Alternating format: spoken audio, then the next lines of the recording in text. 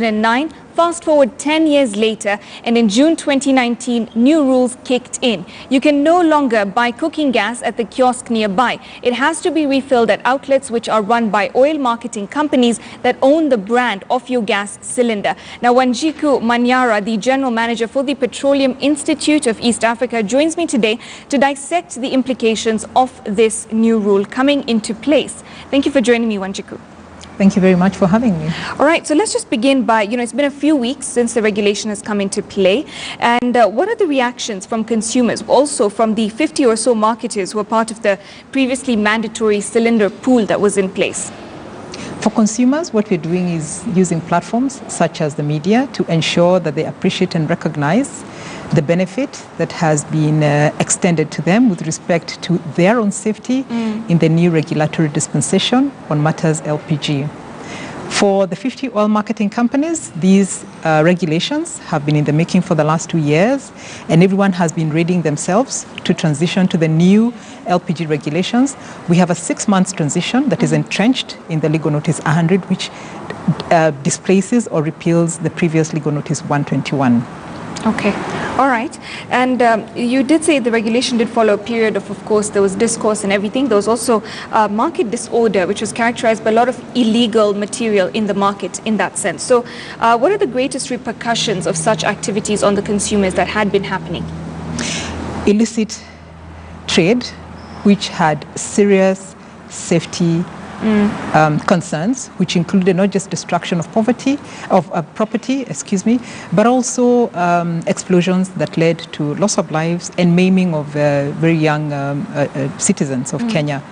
It also led to a lot of circulation of unsafe cylinders because they weren't being returned to the legitimate brand owner. And what was happening is that there was abuse of a system that was meant to promote ease of access to the consumer by unscrupulous business people who would then take other brand owners, other brands of cylinders and illegally refill them.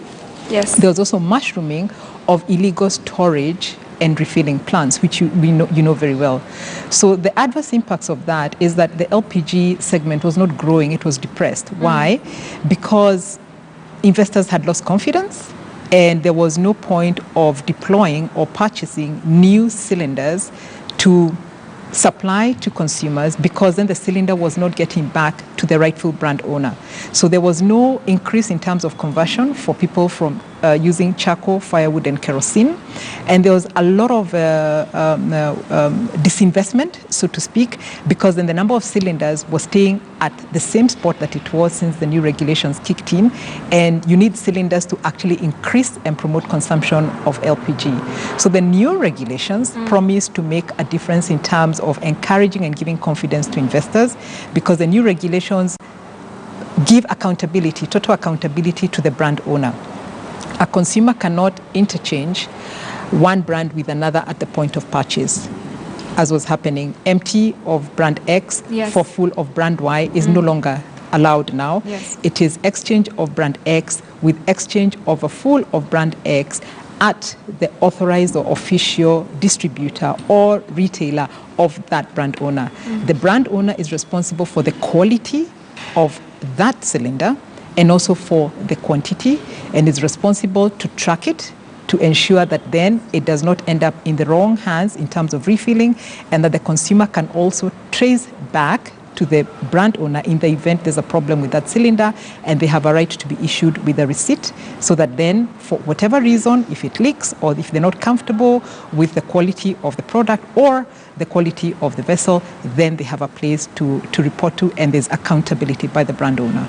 Okay, so there's also, of course, that reduces the risks that were associated with the previous... Absolutely, completely, because then the brand owner takes responsibility to ensure that they take all the safety requirement checks as required in terms of the processes for refilling, revalidating, filling, and making sure that the cylinder is only retailed when it meets the set criteria, the set standards in terms of consumer safety.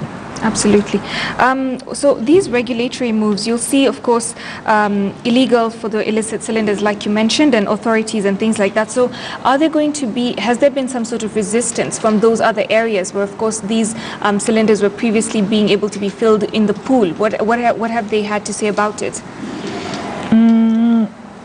I'm not certain that there is any illegal or unscrupulous business person can do at this point in time, because we have a new law. Yeah. What we can do is to let consumers be aware that you cannot buy a brand of cylinder from an outlet that has not been authorized by the brand owner to retail or distribute that cylinder.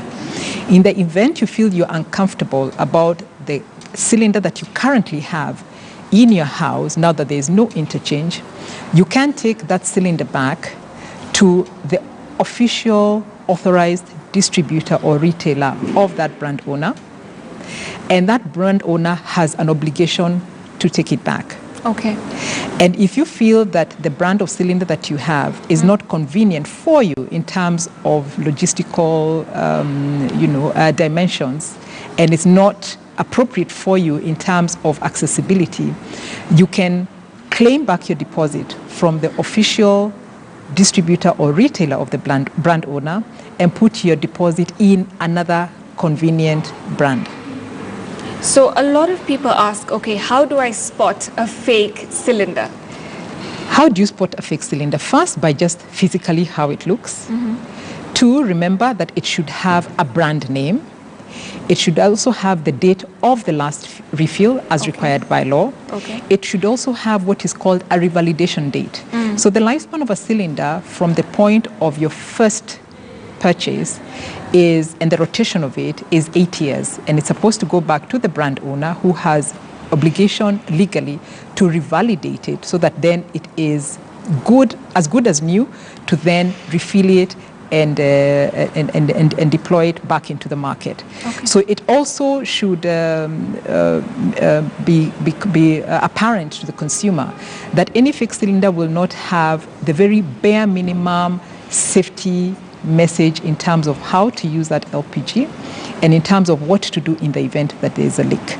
So you can tell just from the physical appearance of that cylinder and the things that I have mentioned in terms of last refill, in terms of last revalidation date, if a cylinder has been in the market for over 30 years. And that's likely going to happen now because people will pay attention to the fact that if a cylinder is supposed to be revalidated after 8 years, and the last revalidation date looks as though it was done 30 years ago, it means that that cylinder has not gone through the revalidation process, which is meant to ensure that its integrity is retained and that you can use it safely for another 8 years before it goes back again to the rightful brand owner. Okay. Thank you so much for shedding light on that and for ensuring that we're able to distinguish and, of course, stay on the right side of these regulations. My pleasure. All right. Well, on that note, we are going to get right into Adventure Diaries. Now, whether it is a cruise or a cargo ship,